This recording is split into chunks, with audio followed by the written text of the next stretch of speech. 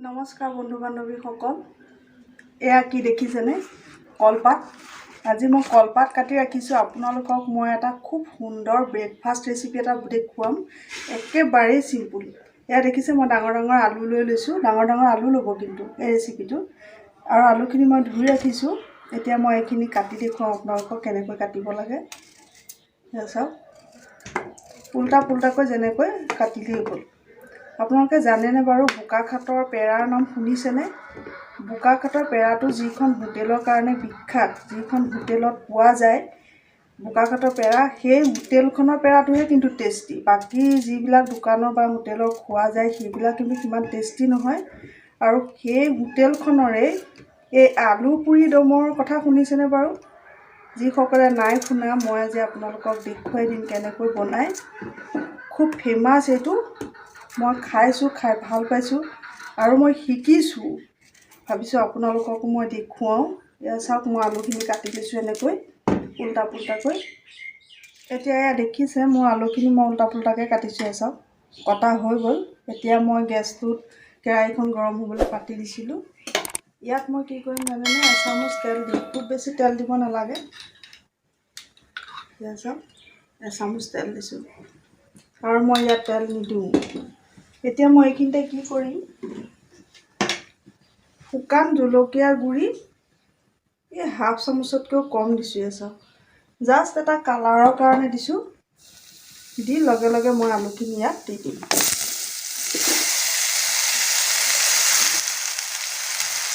তাৰপিছত মই আন্দাজ মতে নিমখ দি দিছোঁ ইয়াত। এয়া দেখিছে, একো দিবই নালাগে। খাবলৈ ইমান বেছি টেষ্ট হয়। আপোনালোকে এবাৰ খাই পেলাই প্ৰত্যেক দেওবাৰে এইটোকেই খাবলৈ মন যাব।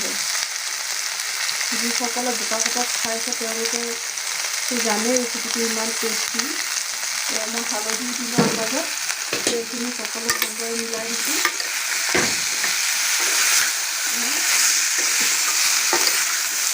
ভালদৰে মিলাই দিয়াৰ পিছত মই ইয়াত অন্য একো মছলাও দিব নালাগে আৰু জ্বলাও দিব নালাগে, কাৰণ এইটো কিন্তু জ্বলা নহয়। তাৰপিছত মই ঢাকনিখন লগাই দিম। এতিয়া ঢাকনিখন দাঙি মই ইয়াতে পানী দিলোঁ।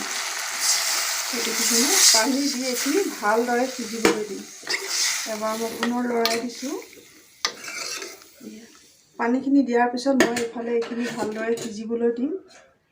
আৰু আনফালে মই কি কৰিম জানে? এয়া চাওক, মই এখন পেনত পানী লৈয়ে লৈছোঁ। ইয়াত মই কেঁচা জলকীয়া কেইটামান ধুই লৈছোঁ। এইকেইটা মই ইয়াত সিজিবলৈ দিম, বইল কৰিম। এতিয়া চাওক, এইফালে জলকীয়াখিনি দেখিছেনে? ইমান ধুনীয়াকৈ বইল হৈ গ'লে আছে, সিজি গ'ল। এতিয়া মই গেছটো অফ কৰি দিছোঁ। ইয়াৰো কাম আছে, মই দেখুৱাম আপোনালোকক। তাৰপিছত এইফালে আলুখিনি চাওঁ সিজিছেনে নাই। এয়া চাওক, আলু সিজিলে দেখিছেনে? এতিয়া ইয়াৰে অলপ আলু মই হেতাখনে এনেকৈ ভাঙি দিম। গোটেইখিনি ভাঙিব নালাগে, অলপ ভাঙি দিলে কি হয়, এনেকুৱা আলুত পানী এটা থাকে ওপৰত, সেইটো নাইকিয়া হৈ যায়। এনেদৰে লাহে লাহে দুই এটুকুৰ আলু ভাঙি দিব। তাৰপিছত ভাঙি দিছোঁ। এতিয়া মই আপোনালোকক আৰু অকণমান পানীটো শুকাবলৈ দিম। এতিয়া মই আপোনালোকক দেখুৱাম পৰঠাটো কেনেকৈ বনায়। এতিয়া মই পৰঠা বনাবৰ কাৰণে টাৱাখন পাতি লৈছোঁ। আপোনালোকে ননষ্টিকৰ এনেকুৱাও টাৱা ইউজ কৰিব পাৰে। মই এইখনত বনাই ভাল পাওঁ কাৰণে এইখন লৈছোঁ। ৰুটি আপোনালোকে খাবলৈ যেনেদৰে বেলে তেনেদৰে বেলি ল'ব, খালি পাতলকৈ বনাব। এয়া চাওক, মই দিছোঁ। এইফালে এইখিনি আলুখিনি এবাৰ চেক কৰোঁ। এয়া হৈয়ে গ'ল, দেখিছেনে? এনেকুৱা এটা জোখত ৰাখিব পানীটো, কাৰণ আলুৱে পানী সোনকালে শুহি লয়। গতিকে এইটো জোখত ৰাখিলে আপোনাৰ পৰঠা হোৱা মানে আলুখিনি খুব ধুনীয়া এটা টেষ্ট থাকিব। মই এতিয়া গেছটো অফ কৰি দিছোঁ।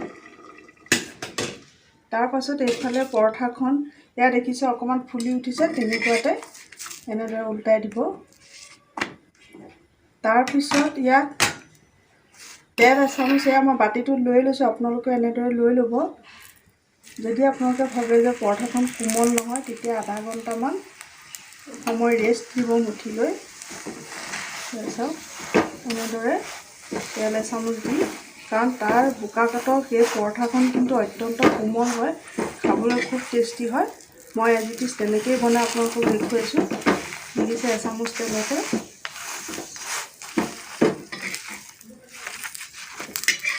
তাৰপিছত এখন ৰাখি হৈ গ'ল দেখিলে।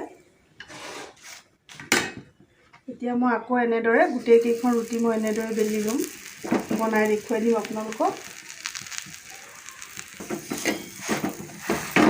এনেদৰে প্ৰথমখন বনোৱাৰ দৰে দেখিছে। প্ৰথমতে তেল দিব নালাগে, যেতিয়া দ্বিতীয়বাৰ উল্টাব তেতিয়া তেল দিব। খুব কোমল হয় খাবলৈ। এনেদৰে বনাই ল'ব।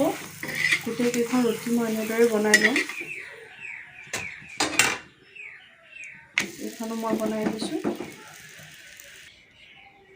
এতিয়া মই বইল কৰি লোৱা দেখিছে জলকীয়াখিনি ঠাৰি 2-এটা এৰুৱাই দিম। নেৰুৱালেও কথা নাই, তাত এৰুৱাই নিদিয়ে, তথাপি মই ঘৰত বনাইছোঁ কাৰণে এৰুৱাই দিছোঁ। এৰুৱাই লৈ ইয়াতে মই অকণমান নেমু চেপি দিছোঁ। এয়া চাওক,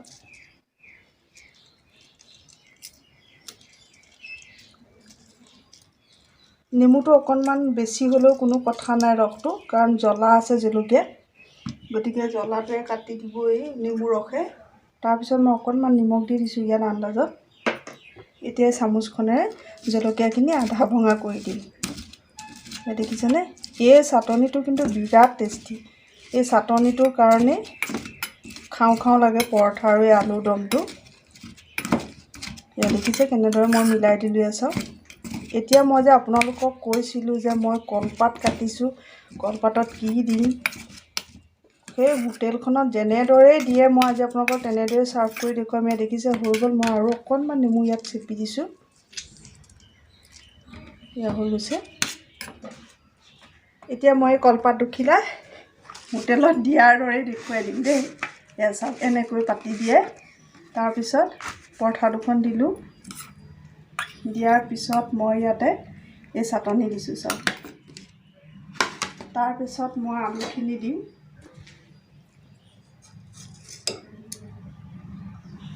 এয়া দেখিছে এনেকৈ গৰমে গৰমে খাবলৈ ইমান টেষ্টি হয় আৰু ইমান ভাল লাগে। খালি আপোনালোকে আলুৰ কিন্তু বাকলিটো এৰুৱাই নাখাব। বাকলিটো এৰুৱাই খালে সেই সোৱাদ নাহিব। এতিয়া চাওক পৰঠাখন কোমল হৈছে নাই, মই আপোনালোকক ছিঙি দেখুৱাম। এয়া চাওক, এটা হাতেৰে ছিঙিছে দেখিছেনে?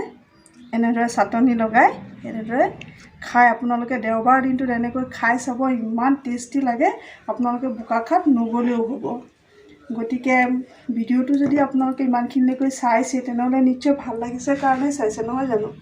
ছাবস্ক্ৰাইব কৰি দিব, আৰু ছাবস্ক্ৰাইবৰ কাষতে মন্দিৰৰ টিলিঙাটোৰ দৰে ঘণ্টি এটা আছে, সেইটোও টিপি দিব। তেতিয়া মোৰ ন'টিফিকেশ্যনবিলাক পাই থাকিব নতুন নতুন ভিডিঅ'ৰ। আজিলৈ আহোঁ তেন্তে, ধন্যবাদ।